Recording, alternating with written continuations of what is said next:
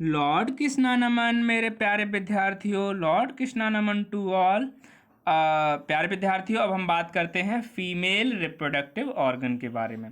तो सबसे पहले आप डायग्राम देख लीजिए, जब तक आपको डायग्राम समझ में नहीं आएगा आप नहीं समझ पाएंगे। तो देखो, सबसे नीचे जो है उसको कहते हैं वेजाइना। ठीक है, तो इसमें भी इरेक्टाइल्स टिश्यू ही पाए जाते हैं। जैसे आपने भी पढ़ा था कि आप मेल में जो पेनिस होता है वो इरेक्टाइल टिश्यू से बना होता है, तो ये भी इरेक्टाइल टिश्यू से ही बना होता है। इसमें ओवरी जो है बॉडी के इनसाइड होती है, जबकि मेल में जो टेस्टीज हैं वो बॉडी से बाहर होती हैं। बॉडी से बाहर टेस्टीज इसलिए रखी जाती हैं क्योंकि वहाँ पर स्पर्म जो है हाई टेम्परेचर का सामना ना करना पड़े उन्हें।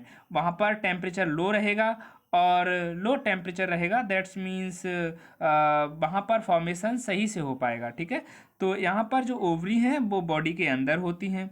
ठीक है, अब ओवरी में जो नंबर ऑफ एग हैं तो इनके बारे में मैं आपको बता चुका था कि छोटा सा जो बेबी पैदा होता है उसमें नंबर ऑफ एग लगभग 5000 के समथिंग होते हैं। लेकिन जैसे जैसे जो फीमेल्स होती हैं वो बड़ी होती हैं, मैच्योर होती हैं, तो उनमें नंबर ऑफ एग की संख्या बहुत कम रह जाती है।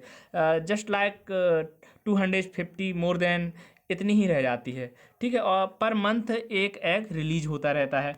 ठीक है, तो उसके बेसिस पे हम यहाँ समझने की कोशिश करेंगे। तो ओवरी कितनी यहाँ पे 2 हैं, और ओवरी को घेरने के लिए एक ट्यूब है जिसे हम कहते हैं ओविडक्ट। ओविडक्ट क्या कहते हैं? ओविडक्ट। ये पूरी तरह से फेलोपियन ट्यूब है, इसको मतलब ओवरी को घेरे रहती है, और स्पेशली ये वह पार्ट कवर करती है जहाँ से ओवरी से एग रिलीज होता है। ठीक है, ओवरी से एग रिलीज होता है। Okay, the female reproductive system consists primarily of a group of organ located in lower part of abdominal cavity. Let's us read about each reproductive organ. सबसे पहले हम बात करेंगे ओवरी के बारे में। तो 2 ovary in main reproductive organs are present in abdominal region. Abdominal means होता है पेट। ठीक है, तो ऑन ईच साइड एग और ओवा आर प्रोड्यूस इन ओवरीज। तो ओवरीज क्या प्रोड्यूस करती हैं? एग प्रोड्यूस करती हैं।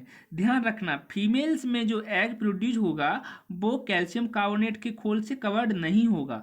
आपको यहाँ पे ये नहीं समझना है कि सर एग कैसे रिलीज हो जाएगा। तो आपको ये जानना है कि जो एग रिलीज होगा उसमें किसी भी तरह का कैल्शियम कार्बोनेट यानी कि वो हार्ड सेल नहीं होगा वहाँ पे। ठीक है, egg is release every month from either of 2 ovaries. ठीक है, तो 2 ओवरीज में क्या होगा? यहाँ पे एग रिलीज होगा। अब हम बात करते हैं ओविडक्ट के बारे में। तो फॉलोपियन ट्यूब, ये फॉलोपियन ट्यूब ओवरी को कवर अप करेगा, घेर लेगा। भाई जहां से एग निकलना है उसे कवर अप करके अपने अंदर लेगा। ठीक है, तो these are tube like structure contacted to each ovary at one end with the uterus at another. They carry egg from the ovary to uterus. यानी कि एग जो है एग से यूटेरस तक पहुंचाने का कार्य जो करेगा वो फैलोपियन ट्यूब करेगा। मेरे प्यारे विद्यार्थियों, जब आप डॉक्टर बनेंगे तो आपके पास बहुत सारे ऐसे पेशेंट आएंगे कि जिनका जो एग होगा, इनका जो एग होगा तथा इनका जो फर्टिलाइजेशन है वो फैलोपियन ट्यूब में ही देखने को मिल जाएगा। तो ऐसे केसेस में बहुत ज़्यादा प्रॉब्लम्स फीमेल को होती है। अगर यूट्रस में एग जो है डिपॉजिट नहीं हो पाता और अगर फैलोपियन ट्यूब में हो जाता है तो कहीं ना कहीं हमें फिर ऑपरेशंस के द्वारा फिर पूरा का पूरा फैलोपियन ट्यूब ही बाहर करना होता है। ठीक है, अब हम बात करते हैं यूट्रस के बारे में। तो यूट्रस जो है आपको यहाँ पे इनसाइड एक बैग लाइक स्ट्रक्चर दिखाई भी दे रहा है।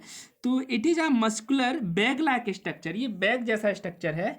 इन विच द बेबी ग्रो, यहाँ पर बेबी ग्रो करता है। बेबी क्या करता है? यहाँ पे ग्रो करता है।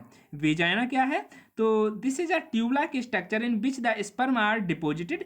यहाँ ये ट्यूबलाइक स्ट्रक्चर है, यहाँ पे स्पर्म डिपोजिट किए जाते हैं। It is contact to the uterus. इसका जो कॉन्टैक्ट है वो यूट्रस से होता है। It open outside by the minutes opening, और ये छोटी सी ओपनिंग के द्वारा बाहर की तरफ खुलता है। Okay student.